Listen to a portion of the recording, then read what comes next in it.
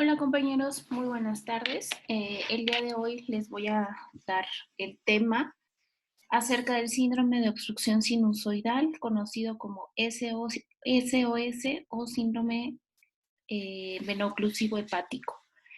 Soy Adriana García, soy residente de tercer año del Servicio de Hematología del Hospital de Especialidades del Centro Médico Nacional y en esta ocasión la doctora Elizabeth Urbina fue quien coordinó esta clase. Vamos a comenzar. Bueno, como definición de este síndrome tenemos que va a ser un conjunto de signos y de síntomas que aparecen tras la realización del trasplante de células progenitoras hematopoyéticas. Va a dar o va a ser una consecuencia de la toxicidad hepática del tratamiento, tanto de acondicionamiento como del propio trasplante. Clínicamente tenemos que identificarlo de manera oportuna para tratar de incidir en el pronóstico de estos pacientes. De manera general vamos a encontrar estos datos clínicos que van a ser los datos pivote, de los cuales tenemos que tener bien claro cómo se puede presentar de manera inicial el SOS. Puede ser ictericia cutáneo mucosa, retención hídrica no atribuible a un exceso de aporte por nuestra parte, puede presentar también datos de hepatomegalia y generalmente esta hepatomegalia suele ser dolorosa una vez que nosotros hacemos la exploración física y la percusión en el cuadrante superior del lado derecho. Hablando un poco sobre la historia que se tiene, qué documentos se encuentran acerca del síndrome de obstrucción sinusoidal.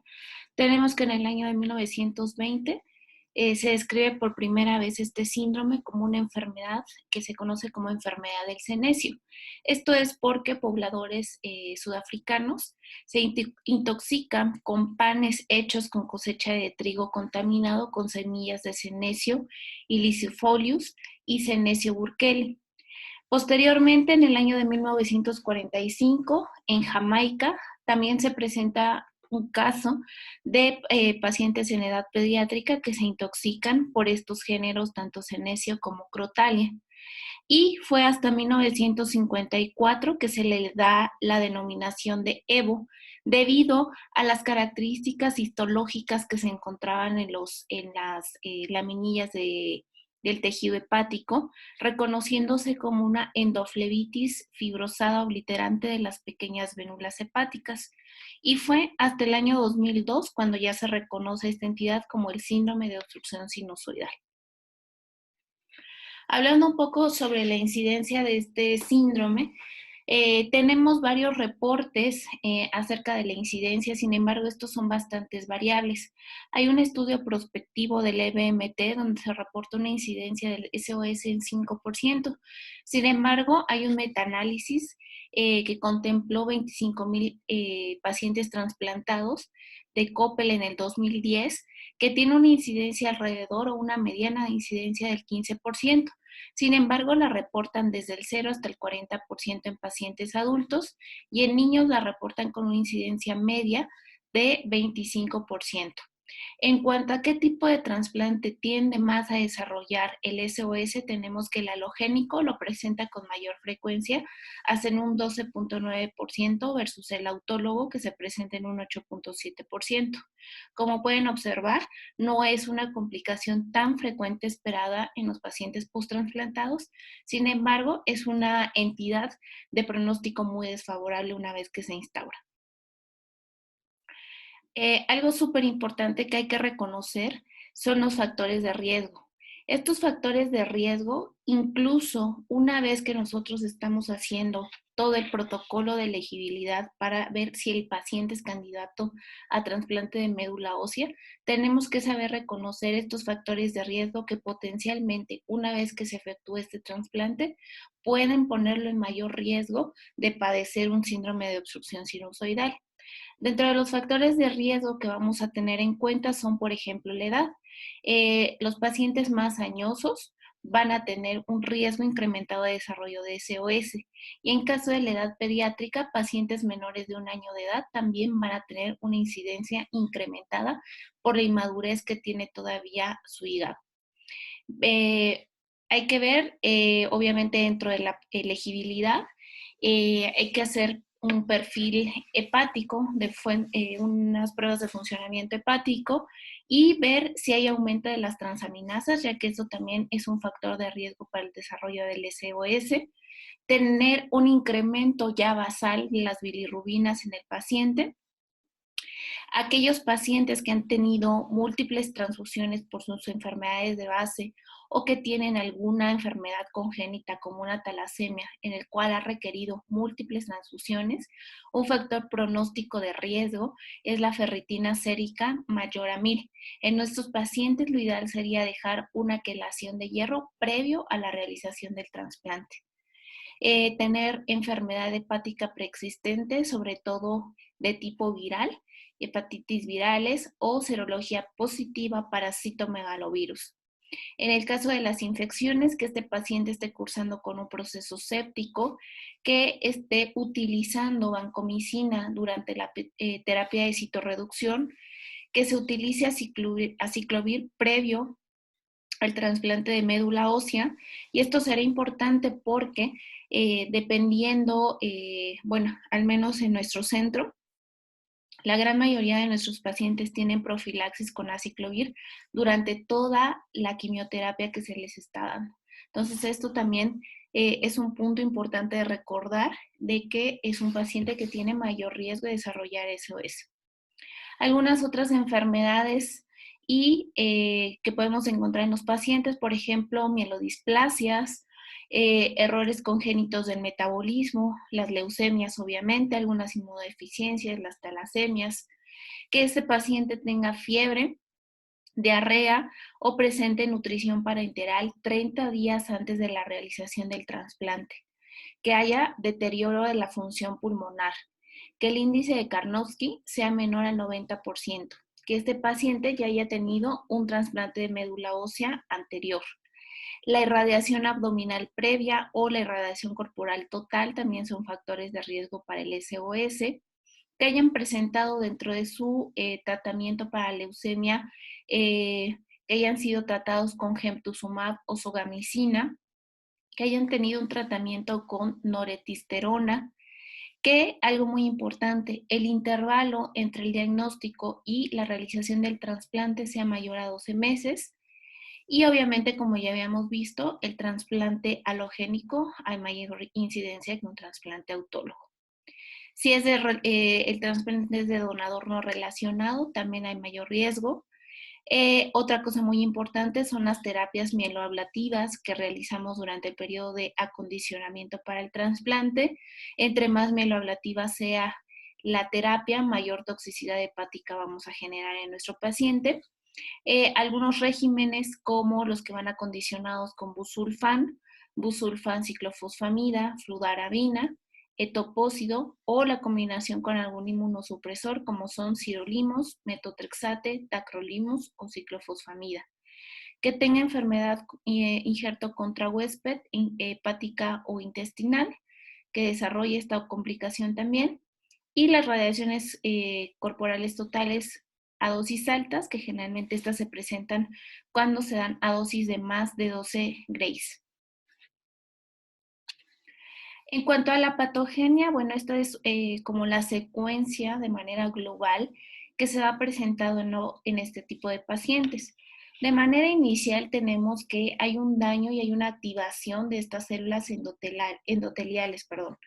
Esto viene condicionado por las terapias citotóxicas como la radiación, la quimioterapia, los regímenes inmunosupresores que van a ocasionar un daño en las células endoteliales de forma directa mediante la producción de metabolitos tóxicos o de manera indirecta a través del estrés oxidativo o la activación de la inflamación, especialmente en la zona 3 de los acinos hepáticos, y esto o en la zona centrolobular del hepatocito.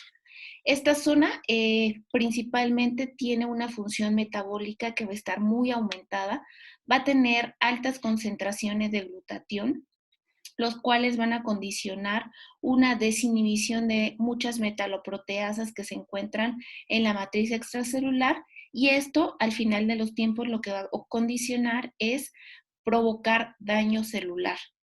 Después, de manera consecutiva, también se va a producir un incremento del factor de necrosis tumoral alfa y de interleucina 1B, que van a estimular en principio la expresión de moléculas de adhesión leucocitaria de la superficie de la célula endotelial, como son la S-lectina, el BCAM o el ICAM1, que podrían ser la razón del reclutamiento también de monocitos que se encuentra en la histología de estos pacientes.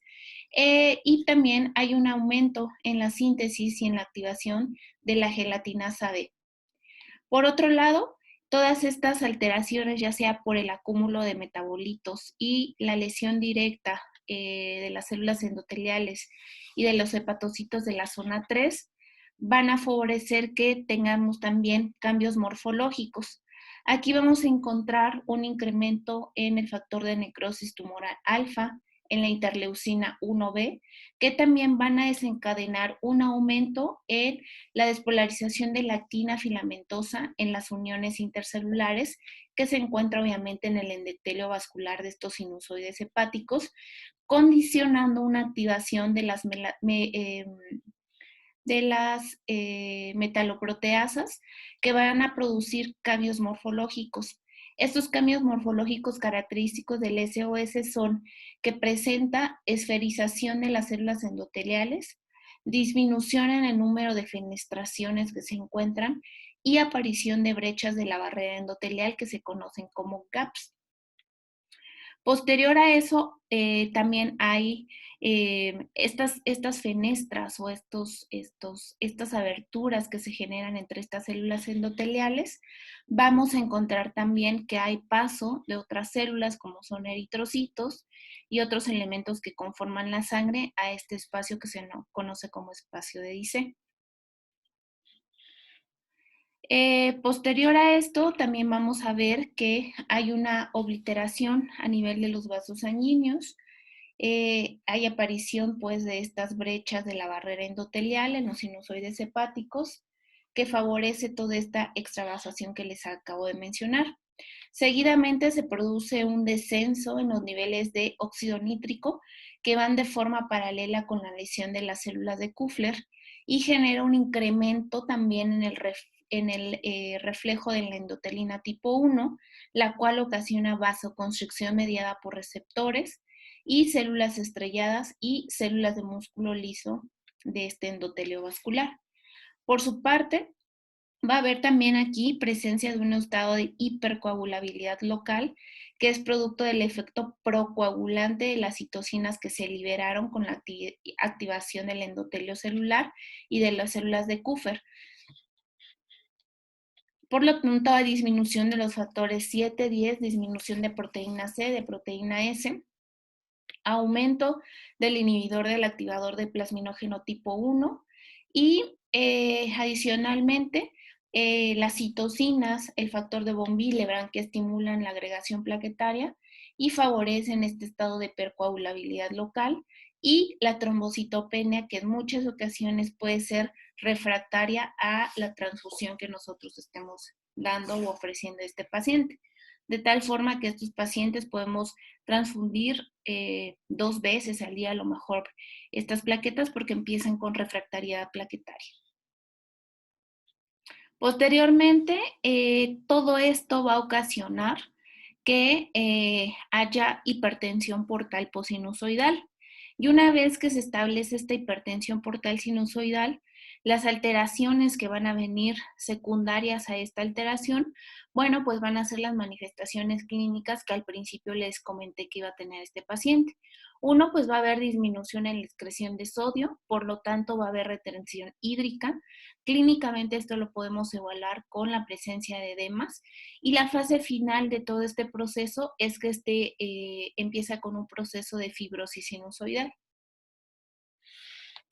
Ahora, hablando del cuadro clínico, vamos a tener manifestaciones clínicas que van a ser características del síndrome de obstrucción sinusoidal, que son las más importantes en conocer para poder reconocer de manera oportuna en los pacientes que están cursando con esta alteración.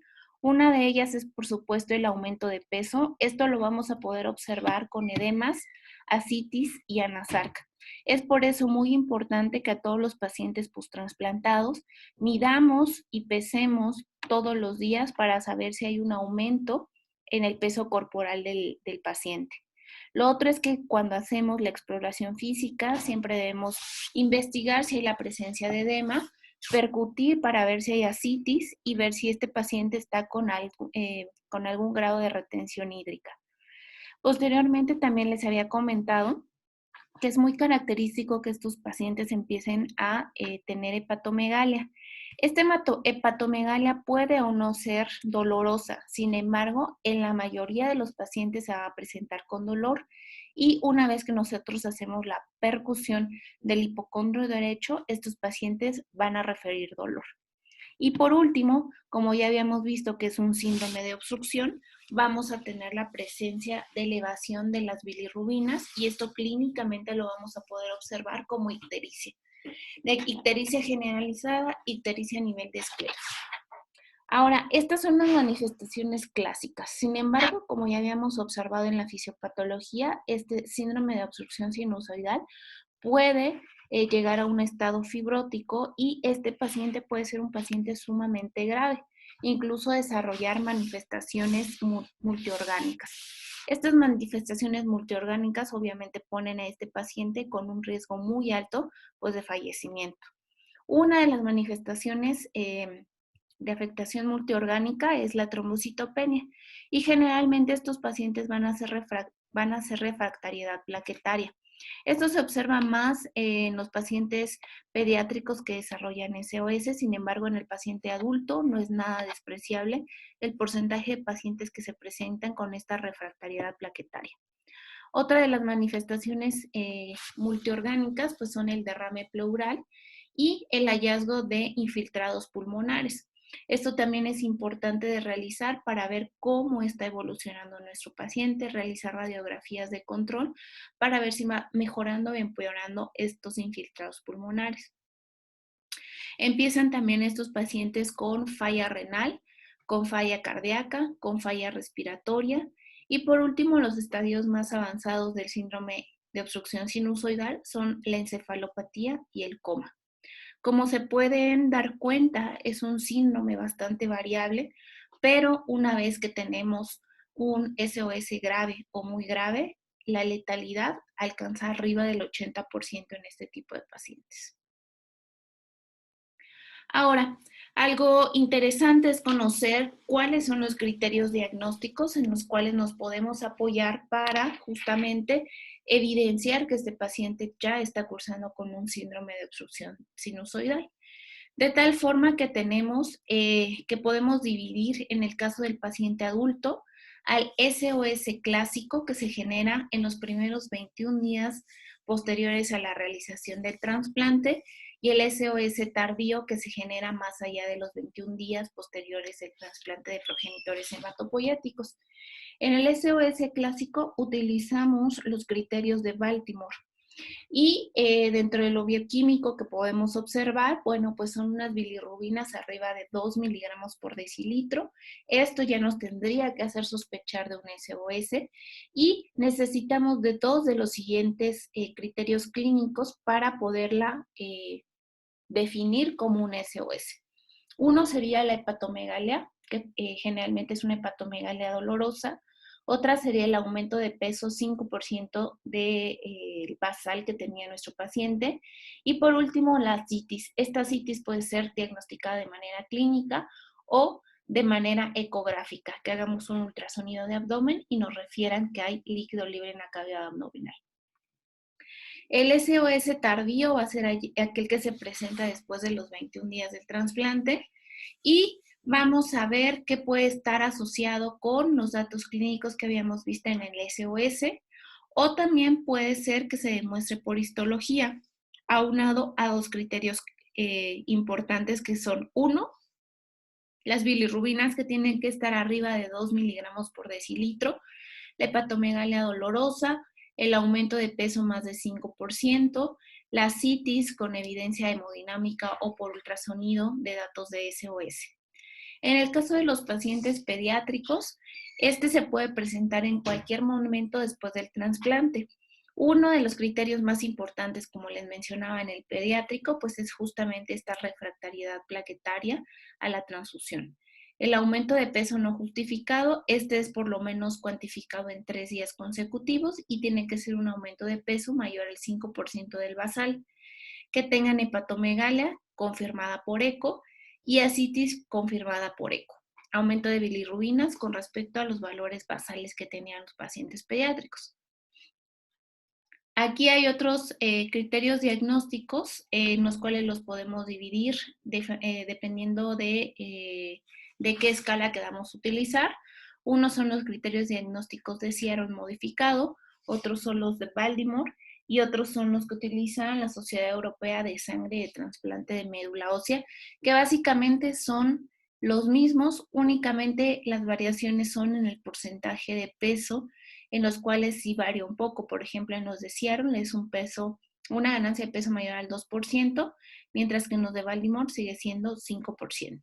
Para que los tengan en cuenta, pero yo creo que son muchísimo más útiles estos criterios que podemos encontrar en el EBMT del 2016. Y bueno, algo muy importante es comentar sobre los exámenes complementarios con los cuales nos podemos apoyar para hacer el diagnóstico de síndrome de obstrucción sinusoidal. Si bien la mayoría de estos pacientes debemos de reconocer los datos clínicos que están presentando, podemos echar mano de algunos estudios de imagen para poder corroborar este diagnóstico. De tal forma que tenemos, por ejemplo, la biopsia hepática transvenosa. Este definitivamente que no es obviamente un estudio que se utilice de rutina, sobre todo porque se presenta tiene mucho riesgo de que este paciente se pueda complicar durante la biopsia hepática, ¿no? De que pueda tener un sangrado, ya que tiene alteraciones de la coagulación, tiene esta refractariedad hepática. Sin embargo, es como el gol estándar porque es directamente tomar un cachito de hígado y analizar por patología y ver estas alteraciones que les mencionaba al inicio de la charla. Dentro de los hallazgos que podemos encontrar en las biopsias hepáticas, pues un crecimiento de la pared sinusoidal, reducción excéntrica de la luz venular, fibroesclerosis, fibrosis sinusoidal o hepatocitos necróticos. Sin embargo, los riesgos creo que se tienen que sobreponer para identificar a qué pacientes se podrían beneficiar de esta técnica, ¿no? Los riesgos más catastróficos pues son que desarrolle hemoperitoneo, hemobilia, por lo que generalmente ahora solo se emplea como diagnóstico diferencial en aquellos pacientes en los cuales hay sospechas si se trata de un H resistente a tratamiento. Algunas otras técnicas de imagen como son el ultrasonido, la tomografía o bien la resonancia magnética. Dentro de los hallazgos que nos pueden ayudar al diagnóstico del SOS, pues son obviamente encontrar ascitis, encontrar hepatomegalia, engrosamiento de la pared de la vesícula biliar, la velocidad del flujo, la velocidad y el flujo portal, el índice de resistencia de la arteria hepática. Acá nos sugieren que todos los pacientes que ingresan a una elegibilidad de trasplante deberían tener un estudio de imagen basal previo al trasplante para que pueda hacer un estudio comparativo cuando se desarrolle esta complicación. Podemos tener también algunos otros estudios que pueden ser guiados por hemodinamia o por vía transyugular. Y estos sí se manejan que son como la exploración ideal en los pacientes con síndrome de obstrucción sinusoidal, ya que nos pueden medir un gradiente de presión venosa hepática mayor a 10, que se presenta en pacientes que no han tenido una hepatopatía previa, y esto nos hace diagnóstico de síndrome de obstrucción sinusoidal. Y de hecho, un gradiente aumentado por arriba de 15 milímetros de mercurio tiene un pronóstico o es un factor pronóstico desfavorable en aquellos pacientes que tienen SOS. Bueno, actualmente se conocen varios biomarcadores que nos pudieran ayudar a hacer un diagnóstico temprano del síndrome de obstrucción sinusoidal. Sin embargo, hasta el día de hoy no hay ningún biomarcador ideal para el diagnóstico ni para el pronóstico de esta complicación. Todos se encuentran todavía en estudio. como les había mencionado, el PAI-1 es uno de los más estudiados que nos pudieran ayudar tanto en el diagnóstico como en el pronóstico de los pacientes con síndrome de obstrucción sinusoidal. Y el valor pronóstico, por ejemplo, al día cero, son varios marcadores que difícilmente los podemos tener a la mano en la mayoría de los centros, pero bueno, es importante reconocerlos porque probablemente en un futuro van a tener un valor importante tanto en el diagnóstico como el pronóstico, como son la ficolina, el ácido úrico, el PECAM, en el diagnóstico la angiotensina 2, la L-ficolina, el ácido hialurónico y el BECAM. Ahora, una vez analizando todo lo anterior, tenemos que dar una escala de gravedad a los pacientes con síndrome de obstrucción sinusoidal. Esto lo vamos a poder dividir como una gravedad mínima, moderada, grave o pacientes muy graves. Vamos a tener varios parámetros para poder establecer la gravedad del síndrome de obstrucción sinusoidal, de tal forma que uno de ellos es el tiempo. Más de 7 días es un riesgo de gravedad mínimo. Uno moderado es aquel que se instaura entre 5 y 7 días. El grave es el que se instaura en menos de 4 días y el muy grave es en cualquier momento, ¿no? Las bilirrubinas que estén por arriba de 2, pero más de 2 y menos de 3. En menos de 3 días que hay una elevación. Entre 3 y 5, entre 5 y 8 y más de 8. La cinética de bilirrubinas es grave cuando hay un incremento 2 veces en menos de 42 horas y el nivel de transaminasas, el mínimo es menor a 2 del valor normal, entre 2 y 5 veces elevación del valor normal, entre 5 y 8 del valor normal en el grave, y muy grave será aquel que aumente más de 8 veces del valor normal. El aumento de peso, en el caso de los pacientes graves, será un incremento arriba del 5 y menor al 10%, y en el caso de los pacientes muy graves será un porcentaje mayor al 10% de ganancia de peso. En cuanto a la creatinina, en el paciente grave será una creatinina que esté entre 1.5 y 2, y el paciente muy grave será aquel que tenga una creatinina arriba de 2 o que aparte de eso se asocie con falla multiorgánica. Algo que nos debe quedar muy grabado es este nivel de bilirrubinas. Las bilirrubinas van a ser un marcador que tenemos siempre en la mano. Todos los días les pedimos a los pacientes niveles de enzimas hepáticas y hay que estar vigilando las bilirrubinas de manera muy cercana. Entre 2 y 3 es mínimo, entre 3 y 5 es moderado, entre 5 y 8 es grave y más de 8 de bilirrubina total es un paciente muy grave. Ahora, hay que tener en cuenta también los diagnósticos diferenciales del síndrome de obstrucción sinusoidal, que básicamente los podemos dividir en todas estas etiologías. La principal pues será diferenciarla de algún proceso infeccioso, aquellos pacientes que tengan colangitis, que tengan sepsis asociada, que tengan algún proceso infeccioso fúngico o viral que esté afectando al hígado, algunos trastornos inmunes como H aguda o crónica hepática, alguna hepatitis autoinmune, la toxicidad de los medicamentos, como son la ciclosporina, los azoles, el metotrexate, los progestágenos, el clotrimoxazol y algunos otros. La dificultad del retorno venoso y aumento de la embolemia por una pericarditis constrictiva, por insuficiencia cardíaca descompensada, por sobrecarga hídrica o por insuficiencia renal, y algunas otras que son mucho más raras de identificar, como son ascitis pancreática o infiltración hepática. Ahora, una vez que ya tenemos establecido que ya vimos el diagnóstico del síndrome de obstrucción sinusoidal, de manera inicial tuvimos que haber hecho una profilaxis, ¿no? Ver aquellos pacientes que en los factores de riesgo tenían incremento de padecer esta enfermedad. Y obviamente, si tenían, por ejemplo, sobrecarga de hierro, debimos haber hecho quelación previo al trasplante. Si tenía algún proceso infeccioso, alguna hepatitis, dar tratamiento antiviral o bien posponer el trasplante. A lo mejor utilizar un acondicionamiento de menor intensidad o invertir en algunos centros en los cuales tienen el busulfán intravenoso, pues poderlo invertir, ¿no? Dar busulfán y luego las ciclos. o realizar alguna intervención profiláctica en el caso de aquellos pacientes que tuvieran la ingesta de algún fármaco hepatotóxico previo al trasplante. Una vez que ya tenemos instaurado el síndrome de obstrucción sinusoidal, realmente no hay como mucho arsenal en lo cual podamos incidir. Sin embargo, algunas de las cosas que podemos realizar es, por ejemplo, iniciar heparina sódica.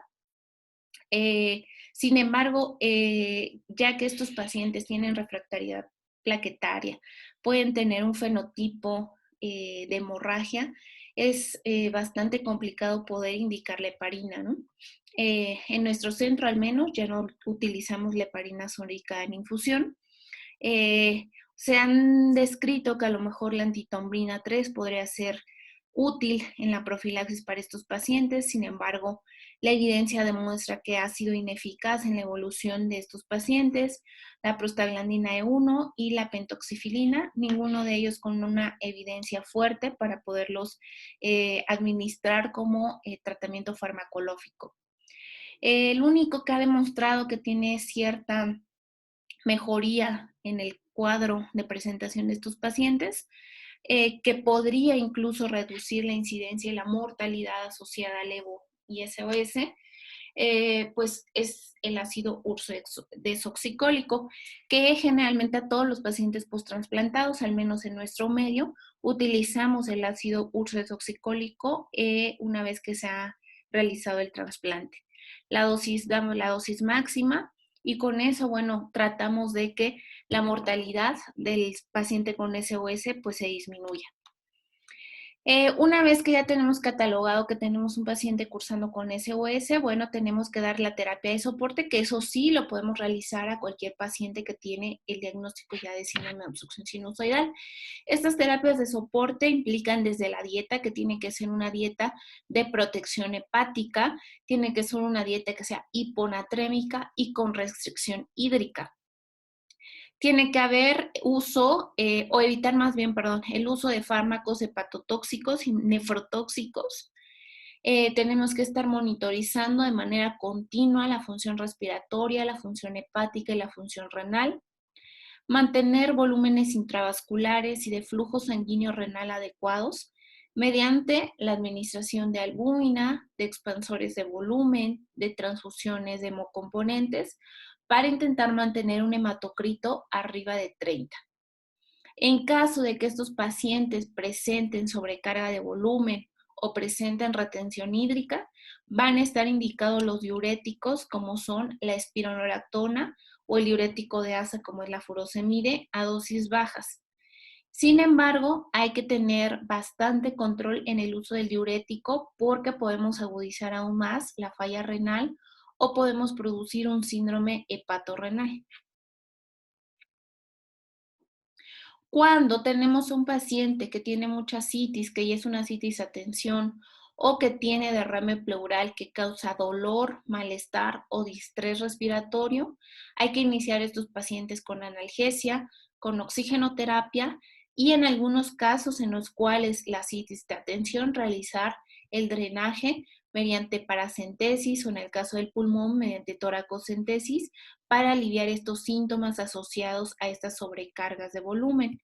Sin embargo, en el caso de la paracentesis no se debe extraer más de 1 litro porque podría aumentar la probabilidad de que haya disminución en la perfusión renal. En el caso de estas insuficiencias renales, incluso en algunos pacientes pueden llegar a requerir tratamiento sustitutivo de la función renal con hemodiálisis o con terapias lentas continuas, dependiendo del caso. Y en pacientes también con esta complicación pueden requerir altos requerimientos transfusionales de plaquetas de concentrados eritrocitarios o incluso de plasma fresco congelado para la corrección de la coagulopatía asociada que presentan. En la mayoría de los casos que se presentan como un SOS grave o muy grave, vamos a requerir obviamente que sea un manejo multidisciplinario porque empiezan a tener falla multiorgánica y estos pacientes deben ser admitidos en la unidad de cuidados intensivos para que se tenga un manejo mucho más global del paciente grave. Y como tal, actualmente el único medicamento que está aprobado para el tratamiento como tal del síndrome de obstrucción sinusoidal se llama defibrotide. Este tratamiento con defibrotide, según la literatura, alcanza una remisión completa en más del 40% de los casos graves del síndrome de obstrucción sinusoidal. Este se administra a una dosis de 6.25 miligramos por kilogramo cada 6 horas. No se tiene bien dilucidado cuánto tiempo se tiene que dar, pero la literatura maneja que se tiene que dar entre 14 y 21 días, dependiendo de la respuesta del paciente. Los efectos adversos asociados al uso de fibrotides son hemorrágicos principalmente, pueden presentar hemorragias pulmonares, gastrointestinales, epistaxis y presentar hipotensión. Y bueno, de manera ideal deberíamos tener en todos los centros en los cuales se realiza trasplante de médula ósea, pues este tratamiento con defibrotide. Sin embargo, pues no lo tenemos en todos los centros. Eh, Hay otros medicamentos que también se han estudiado si tienen alguna implicación importante en el tratamiento del SOS. Uno de ellos es la metilprednisolona y se ha demostrado que alrededor del 60% de los pacientes que reciben este medicamento a dosis altas responden al tratamiento con una reducción de 50% o más de los niveles de bilirrubina a los 10 días de haber iniciado la terapia. Otro que se ha estudiado es el activador del plasminógeno tisular, pero este se ha asociado con muchas complicaciones, sobre todo hemorrágicas en estos pacientes, por lo que actualmente no se recomienda su uso. Hay algunos otros que se están estudiando, como son las derivaciones portosistémicas intrahepáticas transyugulares, que sería una medida para poder mejorar las condiciones hepáticas del paciente. Y, por supuesto, el trasplante hepático. Sin embargo, pues son pacientes tan graves que difícilmente van a poder alcanzar a llegar a un segundo trasplante de órgano sólido. Y bueno, hasta aquí va a ser la revisión. Como conclusiones personales, tanto el EVO como el SOS generalmente son un efecto de una serie de eventos desencadenados por el daño endotelial de los sinusoides de la zona centrolobulillar hepática, relacionado con un daño directo o indirecto ocasionado por medicamentos utilizados durante la quimioterapia de acondicionamiento y propio, ¿no?, del trasplante de progenitores hematopoyéticos, por lo que es de vital importancia la identificación de estos factores de riesgo para prevenir y, en caso de que ya se presente el síndrome de obstrucción sinusoidal, conocer las características clínicas de esta complicación para que podamos efectuar un diagnóstico temprano y así poder realizar intervenciones necesarias con la finalidad de disminuir la mortalidad asociada a estos pacientes. Y bueno, hasta aquí llega esta revisión, espero haya servido. Queda el foro de discusión abierto por si existe alguna duda y pues muchas gracias.